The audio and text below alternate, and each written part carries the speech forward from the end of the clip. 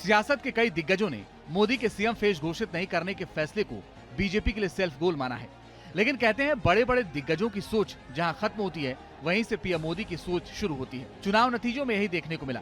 बताते हैं कि सीएम चेहरा घोषित नहीं करने का फैसला मोदी ने पिछले अनुभव के आधार पर किया,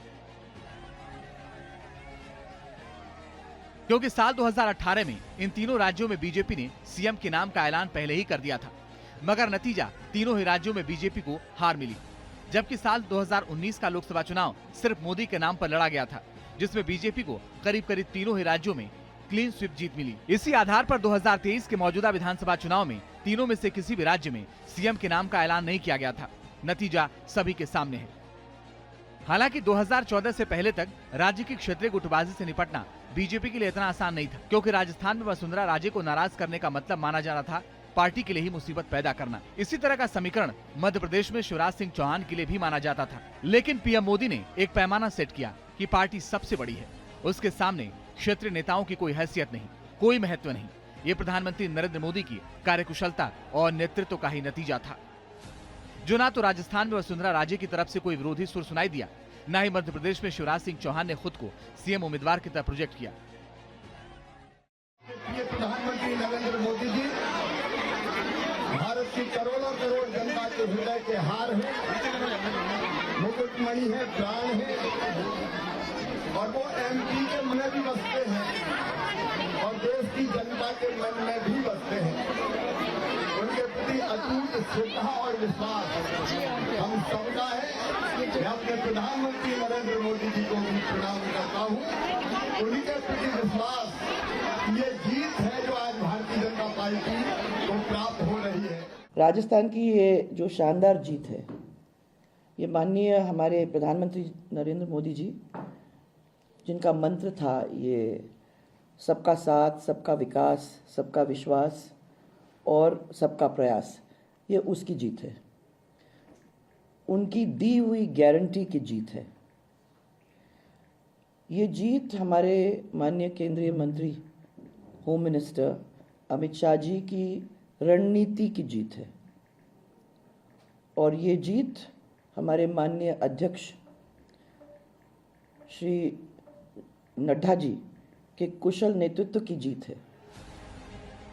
यानी एक तरफ अशोक गहलोत, सचिन पायलट, कमलनाथ और भूपेश बघेल जैसे स्थानीय दिग्गज थे, तो उनके ठीक सामने था एक ऐसा चेहरा जिसका उन राज्यों से दूर दूर तक कोई सरोकार नहीं था। बावजूद इसके अपनी कुछ राजनीति से पीएम मोदी ने इन राज्यों के इन रसूखदारों को पटकनी दे दी।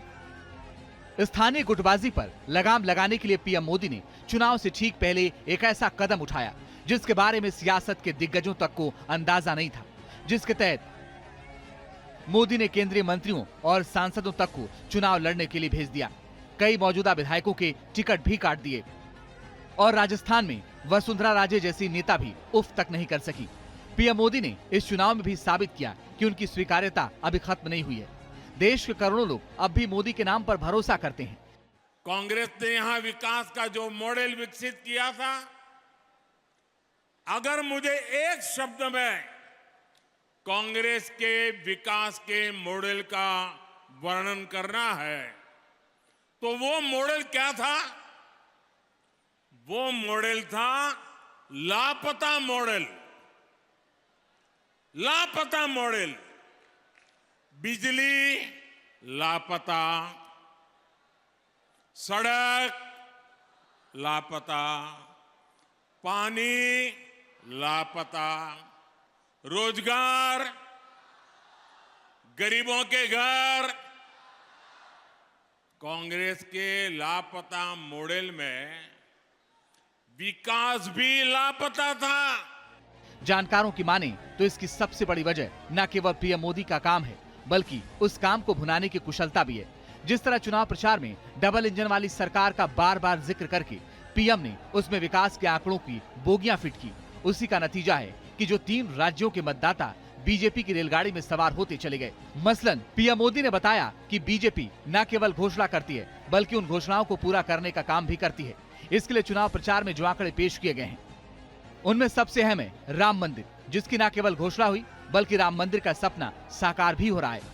कश्मीर में धारा 370 या 3 तलाक का मुद्दा सभी को मोदी ने चुनाव प्रचार में खूब भुनाया। इसके अलावा ओबीसी आयोग को संवैधानिक दर्जा देना भी चुनाव में मील का पत्थर साबित हुआ, क्योंकि ओबीसी आबादी पूरे देश में 42 से 52% के बीच मानी जाती है। 3 राज्यों में बीजेपी की जीत बताती है कि पीएम मोदी इस वोट बैंक को भी साधने में कामयाब रहे। अब तक मुझे ये कांग्रेस के लोगों ने 91 टाइम अलग अलग गालियां दी है। अरे कांग्रेस ने ये गालियों की डिक्शनरी में टाइम खराब करने के बजाय अगर इतनी मेहनत उन्होंने गुड गवर्नेंस के लिए की होती, कांग्रेस कार्यकर्ताओं का उत्साह बढ़ाने के लिए किया होता, तो आज कांग्रेस की ऐसी दुर्दशा न होती, ऐसी दयनीय स्थिति नहीं आती। बेशक 2024 के लोकसभा चुनाव से पहले मिली ये जीत पूरी पार्टी की जीत है, लेकिन इस बात से इनकार नहीं किया जा सकता है कि इस जीत की बुनियाद पीएम मोदी से है, जिसका अंदाजा कुछ आंकड़ों की मदद से लगाया जा सकता है। क्योंकि करीब 1 महीने के चुनाव प्रचार के दौरान पीएम ने मध्य प्रदेश, राजस्थान और छत्तीसगढ़ तीनों राज्यों को साधने की कोशिश की। राजस्थान में प्रधानमंत्री ने 14 रैली और 2 रोड शो किए। इस दौरान 111 विधानसभा सीटों को कवर किया। इस साल चुनाव की तारीखों के ऐलान से पहले भी मोदी 8 बार राजस्थान गए, कई विकास योजनाओं का शिलान्यास किया। मध्य प्रदेश में मोदी ने 15 रैली की और 1 रोड शो किया।